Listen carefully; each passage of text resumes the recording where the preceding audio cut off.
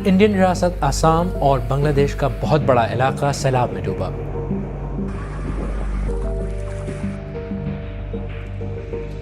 پاکستان میں ایک ہی وقت میں کہیں آؤٹ آف سیزن برف باری، کہیں خشک سالی اور کہیں سیلاب سے تباہی۔ اور 2022 میں تو گرمی نے ساؤتھ ایشیا کے تمام ملکوں میں ریکارڈ توڑ دیے، اور حالات اور بھی زیادہ خراب ہو جائیں گے۔ اب آپ سوچیں، پانی آپ کے گھر تک پہنچ رہا ہے، شدید موسم یعنی سخت گرمی یا سردی آپ کی جان عذاب کرنے والی ہے۔ کیا آپ اور آپ کا ملک اس کے لیے تیار ہیں؟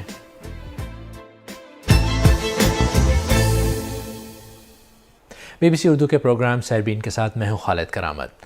آج پروگرام میں ہم ایک ایسی سٹوری پر بات کر رہے ہیں جس نے آپ کی زندگی یقیناً متاثر کی ہوگی، بلکہ آنے والے دنوں میں اس کا امپیکٹ اور بھی بڑھ سکتا ہے۔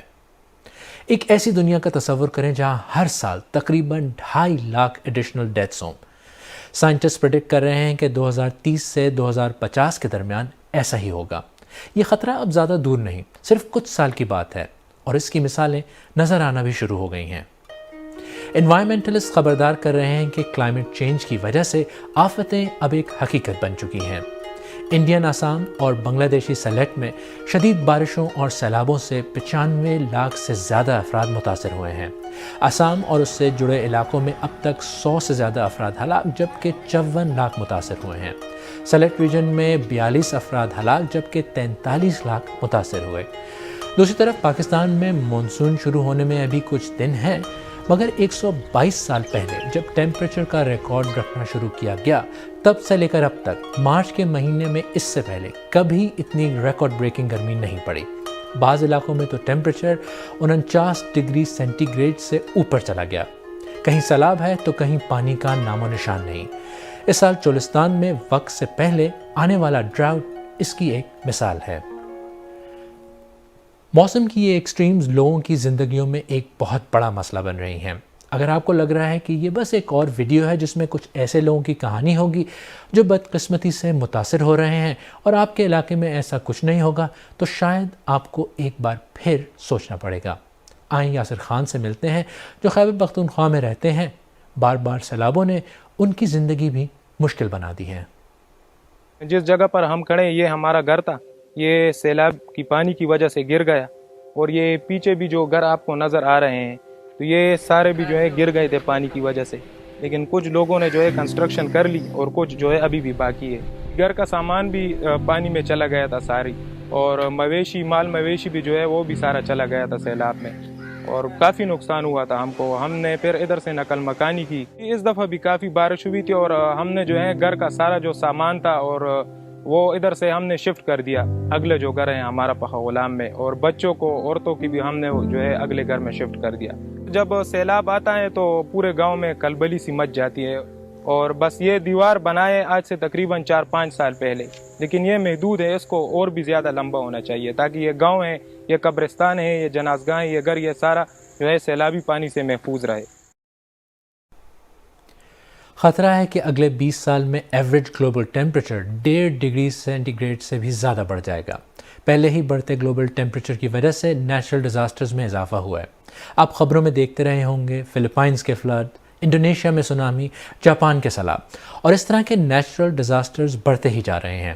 آسام اس وقت ایسے ہی سچویشن فیس کر رہا ہے۔ بابل علی میری اور آپ کی طرح ایک نارمل زندگی گزار رہے تھے کہ سیلاب کی وجہ سے سب کچھ تباہ ہو گیا۔ ابھی تو حالت تو بہت برا ہے ہم لوگ کا۔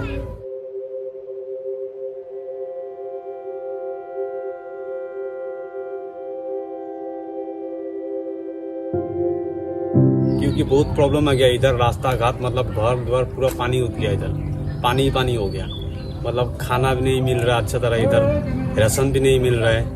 اگر سرکار نے کوئی مطلب مدد کرے تو اچھا ہوگا ہم لوگ کا آدمی کا۔ ابھی تو 3-4 دن ہو گیا ہم لوگ کا، مطلب پانی بھر گیا تھا، مطلب کسی طرح ادھر میں گھر میں رہا، مطلب سامان تو ادھر ہی رہ گیا ہم لوگ کا، مطلب کسی طرح مطلب بیوی بچوں کو لے کر کے مطلب ادھر سے بھاگ گیا ہم لوگ۔ ابھی ایسے ہی کہیں پہ مطلب نزدیکی مطلب کسی میں ہوائی روڈ میں کسی کو مطلب اوپر ہی بھیل کا اوپر ہی مطلب ناؤ کا اوپر ہی رہنا پڑتا ہے۔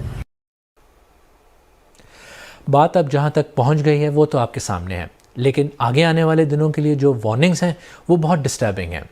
ایشیا میں باقی دنیا کے مقابلے میں سب سے زیادہ ساحلی شہر ہے اور ہر سال سمندر کی سطح 3.2 ملی میٹر اونچی ہو رہی ہے اور اس لیے ایشین کوسٹل سٹیز کو سب سے زیادہ خطرہ ہے۔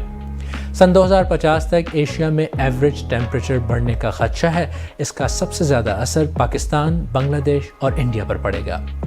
نیچرل ڈیزاسٹرز کی وجہ سے جن ملکوں کو سب سے زیادہ خطرہ ہے، پاکستان 181 ملکوں کی اس لسٹ میں 19ویں نمبر پر ہے۔ یہ ڈیٹا پاکستان کے لیے ایک واضح وارننگ ہے۔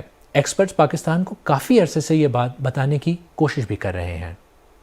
کلائمیٹ چینج کی جو لیٹسٹ رپورٹ ہے اس میں دیکھیے پاکستان کو 2 ریجنز میں رکھے گئے ہیں، ایک ہے ساؤتھ ایشیا، جنوبی ایشیا، اور دوسرا جو ہے ساؤتھ ویسٹ ایشیا۔ یہ دونوں ہی ریجنز میں جیسے کہ کلائمیٹ کے امپیکٹس، جیسے کہ یہ جو ہیٹ ویو ہے یا پھر زیادہ بارش ہونا اور پھر سوکھا ڈراؤٹ ہونا، اور اسی طرح سے برف پگھلنے کے کارن سے جو لینڈ سلائڈز یا پہاڑی نیچے آنا، یہ سب امپیکٹس دکھائے گئے ہیں اور یہ بتایا گیا کہ یہ پچھلے کئی سالوں سے بڑھتا ہی جا رہا ہے اور بدتر بنتا جائے گا۔ اور یو این کا ایک ڈیٹا ہے، اس میں یہ بتایا گیا ہے کہ پچھلے 20 سال میں تقریباً 175 جو ہے ویدر ریلیٹڈ ڈیزاسٹرز ہوئے ہیں پاکستان میں، اور اس کی وجہ سے تقریباً $4 بلین کی نقصان ہوا ہے۔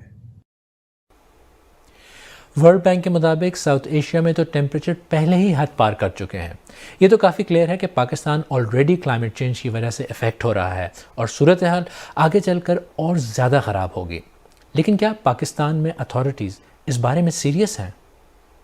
جہاں سے بھی یہ شروع ہوتی ہے، جس ملک میں سے بھی یہ گیسیں نکلتی ہیں، جس نے بھی سب سے زیادہ آلودگی پھیلائی، وہ ہم اس سے متاثر ہوتے ہیں۔ ہمارے ملک میں بھی اس کے شدید اثرات نظر آ رہے ہیں۔ ہمارے جنگلات جلتے ہیں، ہمارے دریا خشک ہیں، اور آپ نے دیکھا کہ ہماری ہوا کم از کم سردیوں میں تو اتنی آلودہ ہو جاتی ہے کہ لوگوں کو سانس لینے میں دشواری ہوتی ہے۔ اقوام متحدہ نے کہا ہے کہ 2025 تک پاکستان میں پانی کی شدید قلت ہوگی، اور اس کا مطلب ہے کہ ہمیں اس کا استعمال بہت ہی ذمہ داری سے اور نظم و ضبط سے کرنا ہوگا۔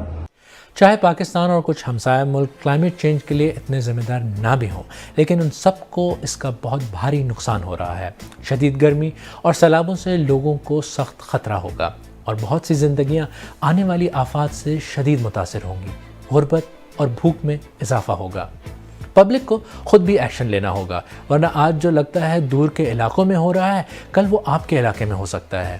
حکومت کو بھی جلد فیصلے کرنے ہوں گے اور اس پر مؤثر اسٹریٹجی بنانے کی سخت ضرورت ہے، ورنہ ایسا نہ ہو کہ پانی سر سے گزر جائے۔